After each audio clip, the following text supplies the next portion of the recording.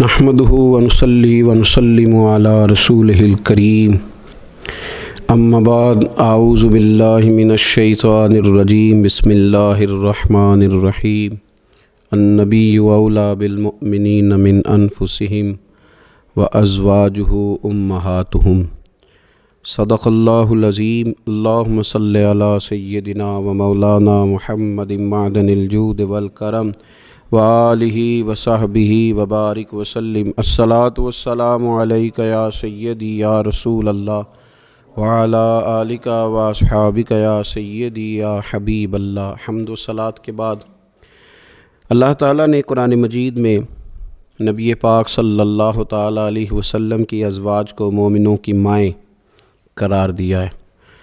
فرمایا النبی اولیٰ بالمؤمنین من انفسہم، فرمایا یہ نبی مومنوں کے ان کی جانوں سے بھی زیادہ قریب ہیں، وازواجہ امہاتہم، اور ان کی بیویاں ان کی مائیں ہیں۔ نبی پاک صلی اللہ تعالیٰ علیہ وسلم کے حرم محترم میں داخل ہونے والی ہر خاتون ہی بڑی شانوں والی ہے۔ وہ پاک باز اور بلند بخت خواتین جنہیں حضور سید عالم صلی اللہ تعالیٰ علیہ وسلم کی خدمت عالی مرتبت میں حاضری کا شرف ملا، وہ جو حضور کی ازواج مطہرات ہیں، اللہ تعالیٰ نے انہیں بڑے ہی درجات عطا فرمائے۔ لیکن ان خواتین میں سے سیدہ خدیجہ الکبریٰ رضی اللہ تعالیٰ عنہا، سیدہ عائشہ صدیقہ رضی اللہ تعالیٰ عنہا انفرادی شان رکھتی ہیں، باقی تمام بھی کئی شانوں میں منفرد ہیں، کئی مقامات میں منفرد ہیں۔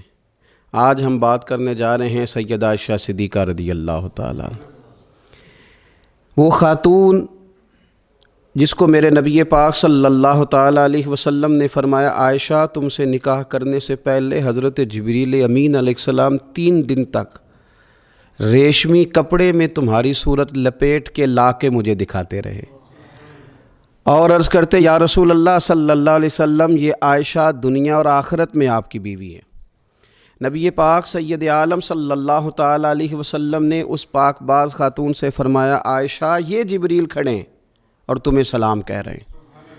حضرت عائشہ صدیقہ رضی اللہ تعالیٰ عنہ کو اللہ تعالیٰ نے بڑی شانیں عطا فرمائیں، اور سب سے بڑی شان یہ تھی کہ وہ رب کے حبیب کی محبوبہ تھی۔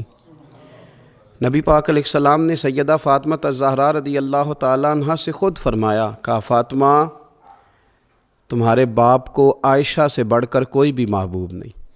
حضرت عائشہ صدیقہ رضی اللہ تعالیٰ عنہ کو اللہ تعالیٰ نے انفرادی عظمتوں سے نوازا، انفرادی شانوں سے نوازا، ان کو اللہ تعالیٰ نے بے شمار خصوصیات عطا فرمائی۔ حکیم الامت مفتی احمد یار خان صاحب نعیمی رحمۃ اللہ علیہ فرمایا کرتے تھے سیدہ عائشہ صدیقہ کے فضائل تو ریت کے ذروں سے بھی زیادہ ہیں، بارش کے قطروں سے بھی زیادہ ہیں، ان کے فضائل تو درختوں کے پتوں سے بھی زیادہ ہیں۔ اللہ تبارک و تعالیٰ نے انہیں بڑی عظمتوں سے شانوں سے نوازا۔ حضرت ابو موسیٰ اشعری رضی اللہ تعالیٰ عنہ فرماتے ہیں کہ نبی پاک علیہ السلام کے اصحاب کو اگر کسی دینی مسئلے میں اشکال ہوتا تھا تو وہ جا کے اپنا مسئلہ سیدہ عائشہ صدیقہ سے حل کروایا کرتے تھے۔ اللہ تعالیٰ نے انہیں اتنا علم عطا فرمایا تھا کہ صحابہ کرام اپنے مسائل جا کے سیدہ عائشہ صدیقہ رضی اللہ تعالیٰ عنہ سے حل کراتے، کیوں؟ اس لیے کہ انہوں نے دین مدینے والے رسول سے لیا تھا، انہوں نے ڈائریکٹ حضور سے دین حاصل کیا تھا، فیض یاب ہوئیں۔ حضور سے جو کچھ انہوں نے حاصل کیا انہوں نے امت میں تقسیم کیا ہزاروں کی تعداد میں۔ حضرت عائشہ صدیقہ رضی اللہ تعالیٰ عنہ کی مرویات ہمارے سامنے موجود ہیں۔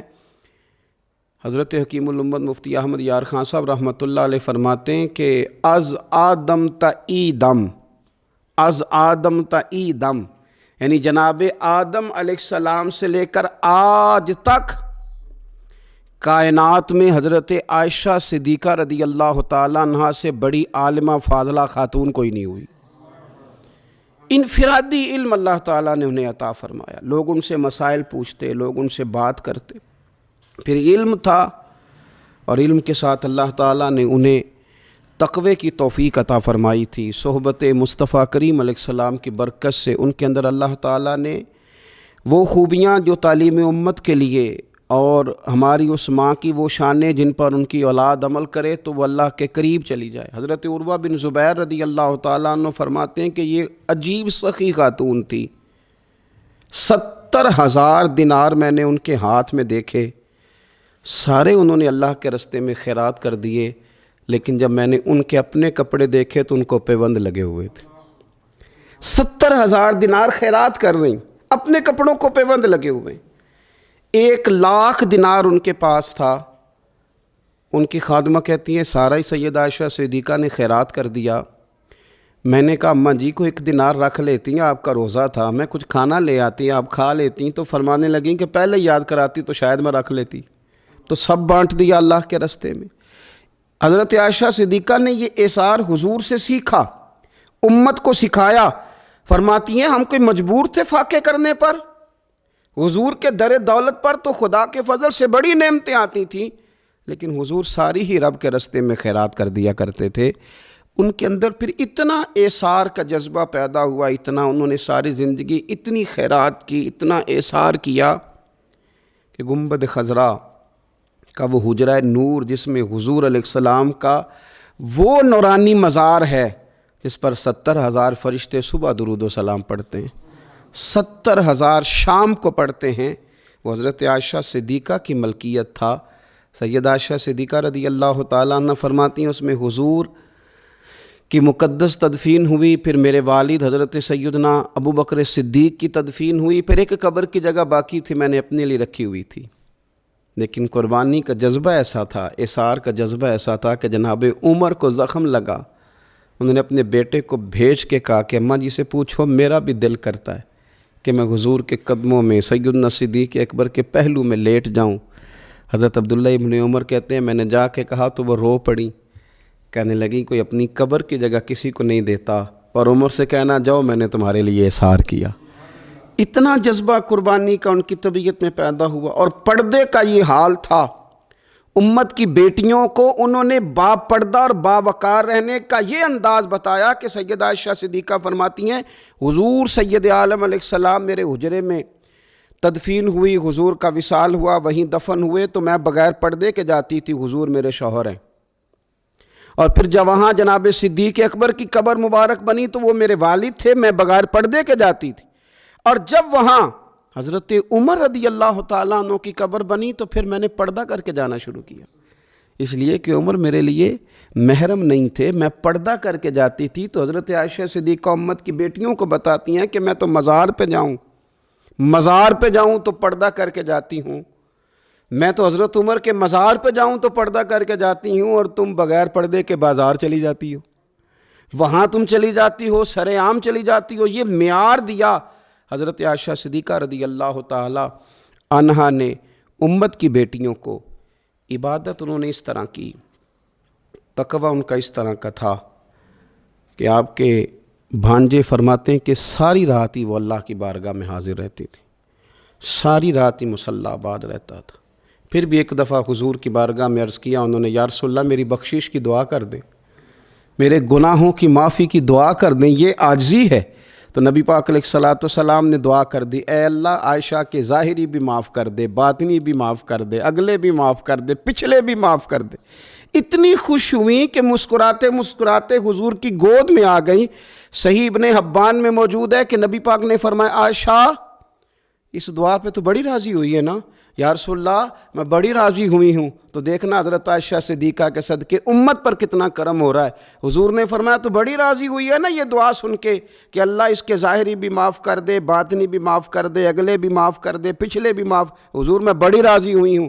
تو حضور فرمانے لگے مجھے اللہ کی عزت کی قسم میں یہ دعا اپنی ہر نماز میں اپنے ہر امتی کے لیے کیا کرتا ہوں۔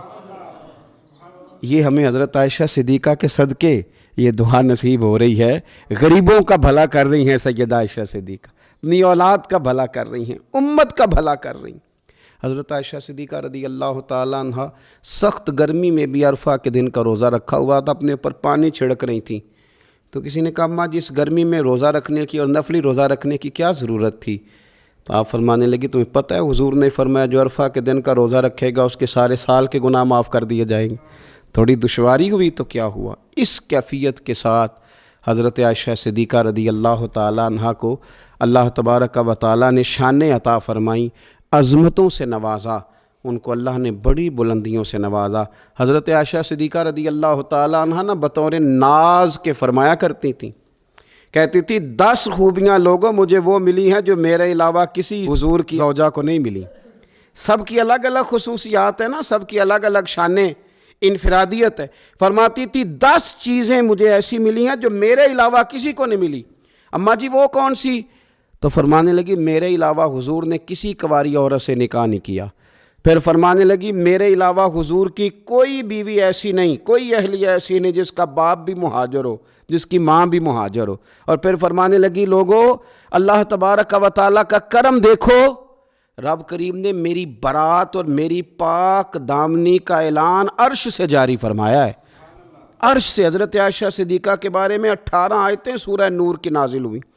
پھر سیدہ عائشہ صدیقہ رضی اللہ تعالیٰ عنہ فرمانے لگی میں ہی وہ خاتون ہوں کہ نکاح سے پہلی ریشمی کپڑے میں لپیٹ کے حضرت جبریل میری صورت لا کے حضور کو دکھایا کرتے۔ پھر فرمانے لگی میں ہی وہ عورت ہوں، میں ہی وہ حضور کی اہلیہ ہوں کہ جس برتن سے حضور غسل کرتے تھے مجھے بھی اسی سے غسل کرنے کا شرف حاصل ہو جاتا تھا۔ پھر فرماتی ہیں لوگو یاد رکھو میں ہی نبی پاک صلی اللہ تعالیٰ علیہ وسلم کی وہ بیوی ہوں کہ میں حضور کے سامنے سوئی رہتی تھی، حضور تہجد کی نماز پڑھتے رہتے تھے، گویا جو انوار و تجلیات تہجد کے وقت وہاں نازل ہوتے تھے مجھے بھی اس میں سے خیرات ملا کرتی تھی۔ حضرت عائشہ صدیقہ رضی اللہ تعالیٰ عنہ فرماتی ہیں یہ میرا ہی مقام ہے کہ حضور میرے بستر میں ہوتے تھے اور حضور پر وحی نازل ہو جایا کرتی تھی۔ پھر ارشاد فرماتی ہیں کہ نبی پاک صلی اللہ تعالیٰ علیہ وسلم نے مجھے ہی وہ مقام دیا کہ حضور کا نورانی وجود میری گود میں تھا جب نبی پاک نے وصال فرمایا۔ فرمانے لگی میں ہی وہ خوش نصیب ہوں کہ میری باری تھی جب میرے نبی پاک کا وصال ہوا۔ اور 10ویں نمبر پہ فرمانے لگی لوگوں میں ہی وہ خوش قسمت ہوں کہ جس کے حجرے میں رسول پاک علیہ السلام کو دفن کیا گیا۔ قیامت تک جس پر لوگ سلام بھیجیں گے جسے گنبد خضرا کہا جاتا ہے، یہ وہی مقام ہے جو حجرہ عائشہ صدیقہ کہلایا کرتا تھا۔ اللہ تو سیدہ عائشہ صدیقہ کے صدقے ماؤں پہ فضل فرما، بہنوں کے نصیبے اچھے فرما، اور بیٹیوں کو برکتیں عطا فرما۔ آخر دعوایا ان الحمدللہ رب العالمین۔